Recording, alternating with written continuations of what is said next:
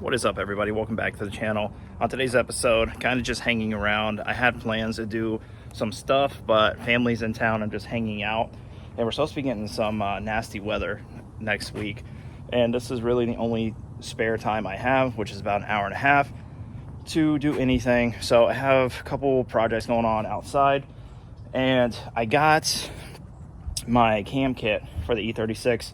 It's a sloppy stage 2. Picked it up pretty cheap. They're cheap as is, but my neighbor had an extra kit laying around, so I picked it up. So we're gonna put the sloppy stage 2 in the LS, and I want to get the intake and stuff on so this engine is sealed up and I don't have to worry about the weather getting inside the motor anymore than what it already has. So today I'm going to try to knock this out as fast as possible because we don't have much daylight. Got about an hour and a half of daylight left, and I really want to get this majority of it done so I can stop looking at these parts and they're out of my way. So we're gonna hop right into it. As soon as the sun goes down, I'm gonna burn some brush because I've been cleaning up the yard. Gonna burn some brush, and you know, it's we got about an hour and a half or maybe 2 of daylight. But yeah, right into it. I had to go get a pulley puller because I lost mine. We're gonna get this pulley off. Sloppy stage 2. If you guys are not familiar with it, it's a very budget friendly cam. The E1840. This is sloppy stage 2. Comes with a bunch of stuff. I'm not really going to use a lot of it because this engine already has some upgraded internals and stuff, so we're just going to put the sloppy stage 2 in. It makes about 70-ish horsepower on the dyno, usually in the 5.3s, so that's pretty healthy. But I really want to just get it off the cart, get the intake on, to auto body, all the cool little parts that I have been gathering over the past week or so onto the car. That way it's out of my way and it's not getting dust and stuff all over from doing body work and stuff in the shop. So yeah.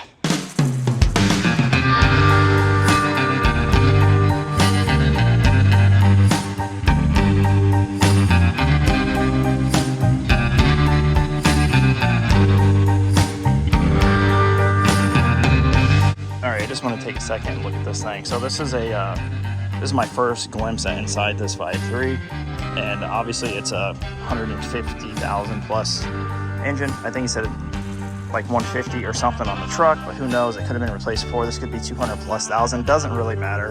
The 5.3s are pretty solid, but he told me that he did valve springs, rocker arms, and training upgrade, which he did because this looks fantastic. So shout out to him for not lying and all that stuff like most people on Marketplace. But this is the exact reason why I wanted to get this engine put together as much as possible. You can see there's a little surface rust forming on the top of the retainers and the arms, push rods, a little water from just sitting outside. So it's not horrible, but there's definitely moisture in it. So I'm going to spray all this really good with WD-40, and we're going to continue on. But sorry guys if I'm sniffly or congested. I've been fighting a little cold, but I mean, it's definitely a truck motor. Definitely has 100 plus thousand miles on it. It's not sludgy. It's definitely used, has carbon, but we're gonna send it. It's not bad. I made 800 horsepower. It wouldn't look worse than this, so let's go. We're almost there already. But took the front cover off, took the coil or the valve covers off. Now we're going to pull the rocker arms. You undo them all, and then you can take the whole assembly out by itself, or I mean all together on both sides. Then you simply rotate the engine to push all the lifters up, and then you can pull your cam out. So that's what we're going to do. It's really simple, but let's hop right back into it.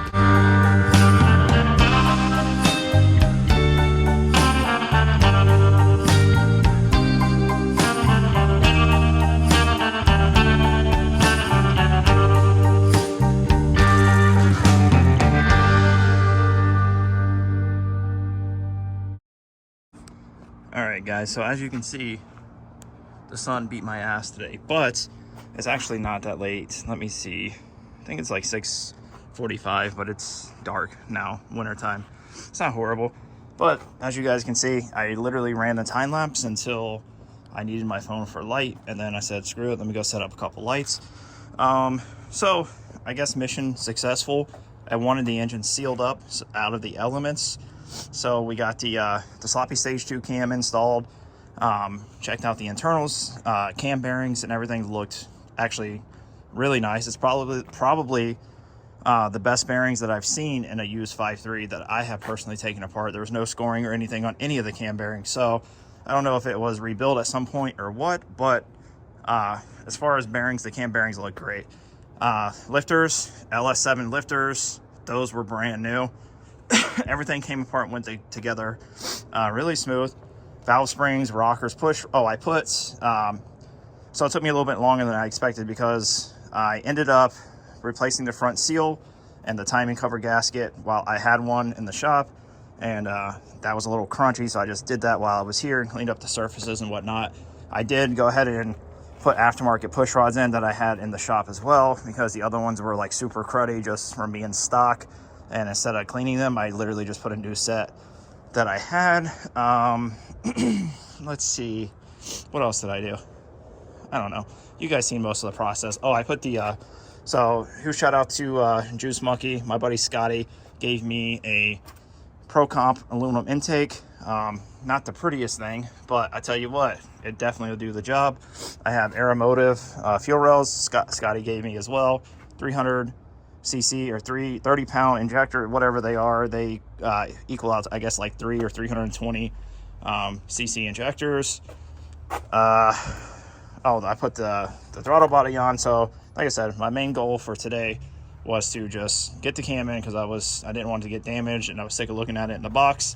The valve train is done. I guess realistically now, obviously I'm going to go back and like retorque everything as far as like the rocker arms and all of that stuff. But yeah, this is really the first time I really got to kind of like look at the car, and it's kind of hard to see. Let me move the mic. Clearances definitely going to be an issue. The valve cover is literally touching the brake booster, and it was actually difficult to get the valve cover line back up because it's literally touching right there, and I don't like that. So serviceability is definitely key to this build as much as possible. I know it's LS and that it's going to be, oh, hold on one second, technical difficulties, but I know it's LS shoved into an E36, but I mean, that's not cool. I believe, my theory is, I have to look into it, that the automatic brake booster is larger than the manual brake booster because this car is factory auto, and I hope that the automatic brake booster is bigger than the manual. That's just a theory. I know some cars do. I don't know if this one does. If not, that's actually going to be an issue because I don't want to give up power brakes, and but I can't have the engine touching or the valve cover touching the brake booster. One is going to be impossible to, fitment, and I don't even have headers in here yet, so that's a little concerning. I don't have a drive shaft in it yet, so I could loosen up all of the chassis mount bolts and see if I can maybe get 1/8 inch to 1/4 inch engine forward. So I might give that a shot, but yeah, I'm gonna have to do some research. If any of you guys have done LS swaps and E36s and you have any insight on that situation, let me know. Honestly, I would like to clean it up and get rid of like ABS and do ABS delete and all that stuff, but I didn't really want to fall down that rabbit hole. Kind of just wanted to get the engine in the car running and driving and have fun with it for a little while before it turned into a crazy project. But it's already cam swapped and everything, so we're kind of dabbling on the edge of this rabbit hole as it is. I still haven't cleaned the bay or painted it, and reason being is that this car is getting a full overhaul, and I want to get this in situated, running, driving, make sure the wiring's good, get everything together. That way I know everything works before I start nitpicking everything. Just try to keep it super simple and get it back on the track as soon as possible. But I'm pretty stoked with it. It actually looks like an engine now, and it's coming along. It is actually going to come off jack stands and get moved over to the other side of the yard so I can move a couple other projects in and out. But for now, it's a little late, and it's actually, believe it or not, probably the first cold night in Florida. It's probably and like the low 60s right now. I actually could use a jacket, but I'm too lazy to go inside and get one. But I want to get this thing moved because I've been working my ass off on the C10, and I finished patching the floors and doing all this stuff. Prepping it is really close to just getting painted and out of my life permanently, and I am super stoked for that. And I want so badly to just get this done, get it out of my shop, clean it top to bottom, get my my tools organized. I have 3 toolboxes. One is like normal tools, hand tools, and a body cart, all this stuff, and it's a disaster. I need to just take everything out, blow it, clean it, get all my tools organized, buy what I'm missing, get it all back, and I want to just have a nice shop where I can pull something in and work on it, fix it, and just be like able to do my own stuff. So, all right, guys, so we're back from dinner. Got the fire going. It is dark. It's only 8 o'clock. It feels a lot later than that. So, this is super nice. It's like in the 50s now. It's kind of cold for Florida. It's the coldest night so far. Probably one of the coldest nights that we'll get anytime soon. Probably in like late January we'll get a couple cold nights, but it's not bad. Hell yeah. Well, that went quick. That's so nice. It actually does feel really good though. Absolutely. I like when it like dies down a little bit, and then it gets nice and toasty. Alright guys, sorry about the video quality here. I don't know why the phone, I guess it's a setting or something, or the fire is tripping out, but it looks horrible on my end, and it probably looks just as bad on your end. But the family went in, we hung out by the fire for a little bit, and I want to go in soon so I can start editing a video and get it up for you guys. If you like the video, make sure you like, comment, and if you're not subscribed already, make sure you subscribe and turn on those notifications. I don't upload much, but I'm trying to do at least twice a month, and I've been pretty consistent with that. Sometimes you get a little extra, but I'm working on it. I'm just trying to figure out how to manage my time to be able to commit more to like social media and the YouTube thing. I had a couple cool opportunities that unfortunately I wasn't able to do just because my schedule and whatnot, and I have to work to provide for my family and stuff. So I'm trying to come up with ways to make it the YouTube thing lucrative enough to where I can take a little bit more time away from work and concentrate on my hobbies and driving and traveling and stuff like that. So that's kind of like, I'm gonna finish out this year strong, and then I'm hopefully by March of next year I am going to try my hardest to go to Japan, saving everything I can, getting passports and everything all together, and trying to go to Japan in like March sometime. If you guys would be interested in like merch, or if you think I could do something, I don't know, let me know your ideas. I'm just trying to, I know a lot of you are super active on posts and live streams, and I communicate with a lot of you guys on Instagram and YouTube and stuff like that. I try to comment back to everybody and all of that good stuff. What do you guys honestly think? If I could figure out a way to make a little bit of money to obviously support my family and my house and all of that stuff, and not have to work so much, I would be able to put more time and effort into YouTube, make better content, get back on the grind of doing that. But I can't justify taking time away from my career or day job right now to do that. And I know a lot of you are getting upset with the fact that I'm not uploading much, but that's the reason. So maybe like if I could do merch and you guys would be interested in some merch, or I don't know, Patreon. But then again, I still would have a tough time uploading to Patreon.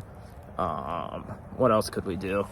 I thought about doing Kick and stuff like that in the evenings after work, because I used to stream back in the day and I still have all my setup and everything. So trying to do that. I don't know. If you guys have any ideas, let me know. I'm gonna try. I would love to travel and be able to drive with everybody, go go up north and hang out and just do all this cool shit with all my friends and still make a decent living. I also thought about other routes of employment, trying to find something like from home so I could travel and still work and make money, or starting a business. I don't know. I'm just all over the place. I'm trying to figure it out, but I would love to be able to be more involved in all of this stuff. I got invited to go to DOD Drifters of December, and unfortunately, like, the car's down, as you've seen. It's not ready yet, and I have to work. I literally tried to get off and they told me no, so it kind of sucks. So I'm in a situation to where, like, I either work and do all of that stuff, which I have to, or I don't have employment and I have to go back to working for myself and doing all of that. But I don't know. You guys are smart, most of you. So if you have any ideas on what I should do or how to go about doing it to maybe monetize myself a little bit more and make a little bit of residual income or something, so I could concentrate and put a little bit more effort into this, that'd be really cool. But I'm open to all suggestions. Or I just continue with what I'm doing and put a video up once or twice a month and just save and do this later on. I don't know. It's not a big deal. I'm just trying to, I've been thinking really hard about trying to figure out a way to go full time doing this stuff, but it has to make sense. And yeah, let me know what you guys think. I guess until the next one. Sorry about the quality at the end. I know it's crazy, but love you guys. Talk to you soon.